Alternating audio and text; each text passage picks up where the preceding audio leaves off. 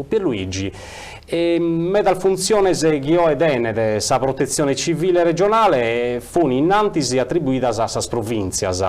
Pensa che si sia adoperata una semplificazione in questo senso in termini di efficienza e intervento per la salvaguardia del suo territorio, con questo passaggio proprio di competenze da sa provincia a sa protezione civile? Innanzitutto grazie per avermi invitato a questa discussione, questa chiacchierata che so fare questo merì. Grazie a Canale 40 per questa possibilità di ora vincere a regionale in lingua sarda, che non è ormai una cosa mera consueta. E poi ora questa domanda che tu mi hai appena fatto, ti posso dire che questa provincia ha arrivato un vago di apripista a questo che fu sul primo periodo della campagna antincendio.